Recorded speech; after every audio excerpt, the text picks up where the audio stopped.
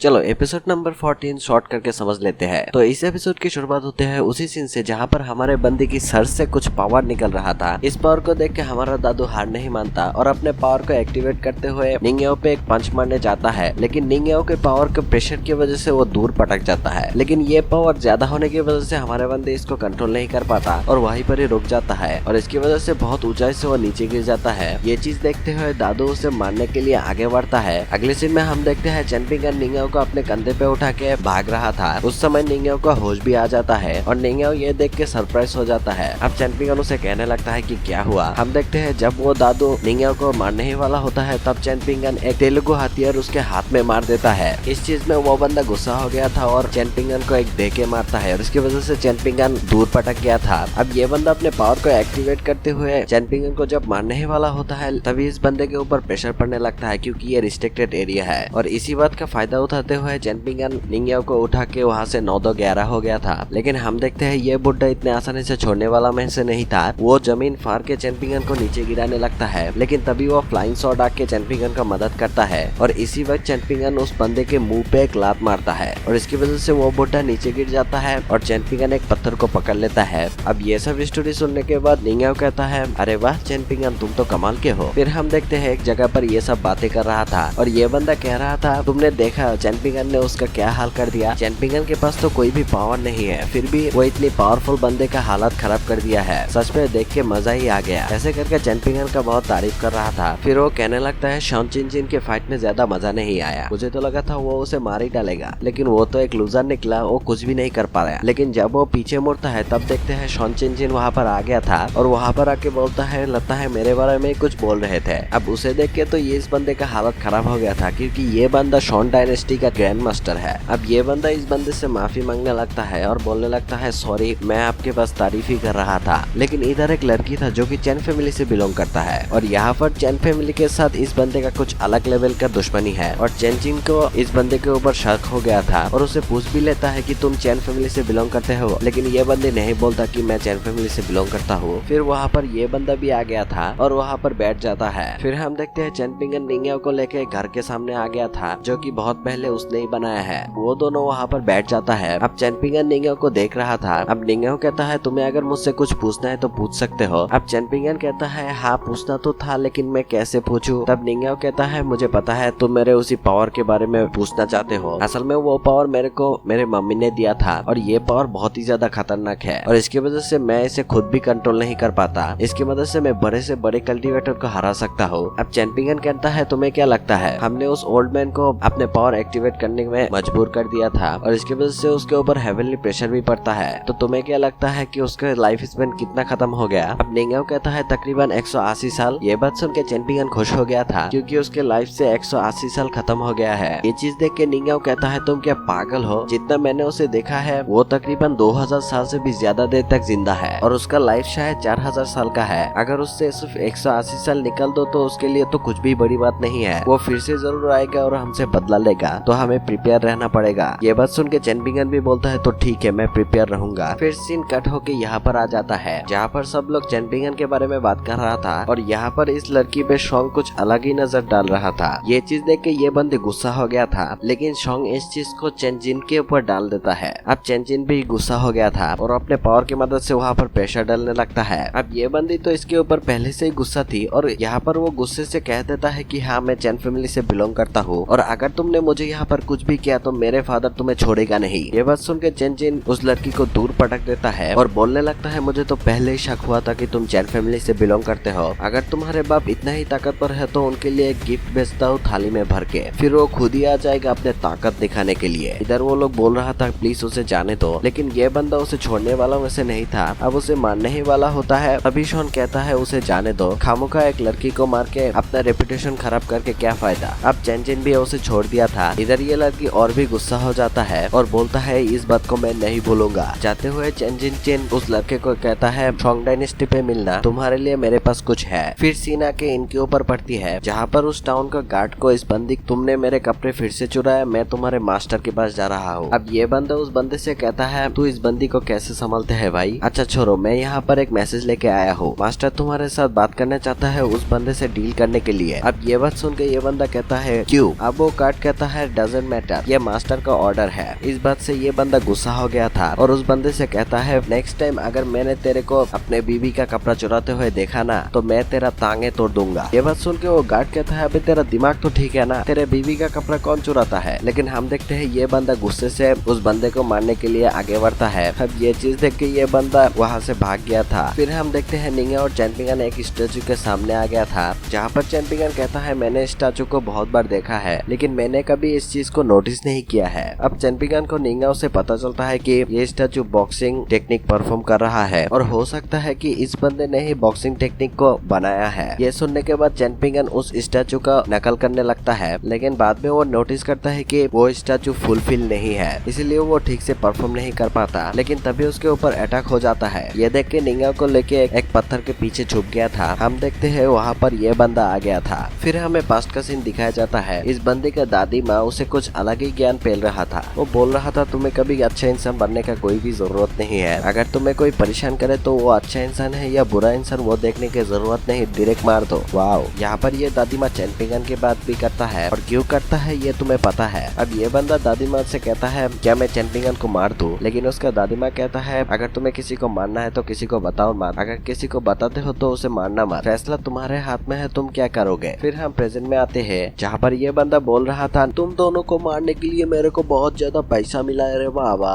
इस बात सुन के चैंपिंगन बोलता है मैं तुम्हें उससे दोगुना दूंगा, हमें छोड़ दो। अब ये बंदा बोलता है मैं कुछ रीजन की वजह से मैं तुम लोगों को मारूंगा। पहली बात ये है कि तुमने मेरे ग्रैंडमदर को ऑफेंड किया है, दूसरी बात ये है कि मुझे पैसा मिला है, लेकिन हाँ मैं तुम दोनों को छोड़ दूंगा अगर निंग्याओ वो टेक्निक मुझे दे दे तो। ये बात सुन के निंग्याओ भड़क गया था और बोलता है ये तेरा बाप का टेक्निक है क्या। अब चैंपिंगन कहता है तूने कुछ ज्यादा ही मांग लिया। चैंपिंगन निंग्याओ से कहता है तुम यहाँ से जाओ, तुम बहुत इंजर्ड हो, मैं इसे संभाल लूंगा। अब निंग्याओ वहाँ से चला जाता है। चैंपिंगन उस बंदे से कहता है तू मुझे मारने के लिए यहाँ पर आया था ना, तो आजा। फिर इन दोनों के बीच फाइट चालू हो जाता है। यहाँ पर हम देखते हैं चैंपिंगन पहले से बहुत अच्छा परफॉर्म कर रहा था और अच्छी खासी लड़ाई भी कर रहा था, क्योंकि चैंपिंगन को उस बंदे से फाइट करते समय बहुत सारा एक्सपीरियंस हो गया है, इसीलिए इस बंदे के साथ अच्छा खासा फाइट कर पा रहा है। और बाद में ये दोनों एकदम आमने सामने आ गया था और एक दूसरे को देखने लगता है। उसके बाद क्या होता है वो हम नेक्स्ट एपिसोड में जानेंगे।